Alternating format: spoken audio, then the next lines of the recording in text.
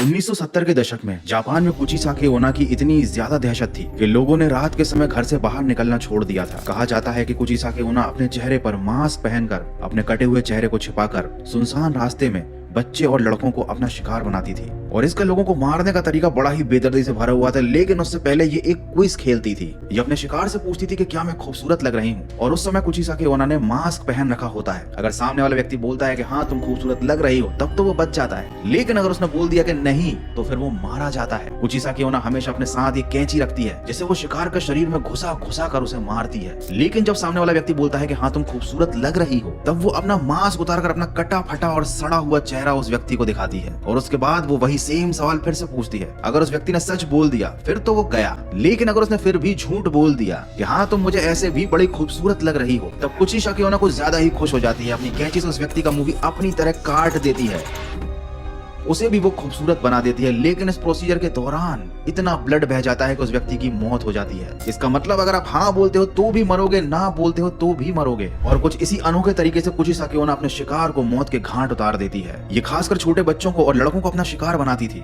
और इसीलिए पेरेंट्स ने अपने बच्चों को स्कूल भेजना ही बंद कर दिया था। शाम को 7 बजे के बाद कोई भी घर से बाहर नहीं निकलता था। जापान के स्मार्ट लोगों ने भी कुचिसाकी ओना को उल्लू बनाने का एक तरीका ढूंढ लिया था। जब भी वो मास्क उतारकर पूछती थी कि क्या मैं खूबसूरत लग रही हूँ तो तब वो बोलते थे एवरेज या फिर सो। अब चूंकि इस तरीके के जवाब का एक्सपेक्टेशन कुचिसाकी ओना को नहीं होता था तो वो थोड़ा कंफ्यूज हो जाती थी और ऐसे में शिकार को भागकर अपनी जान बचाने का मौका मिल जाता था। एनीवे, अगर कुचिसाकी ओना मेरे पास आ जाती है और मुझसे इस तरीके का सवाल पूछती है तो मेरा तो कुछ यही जवाब होगा।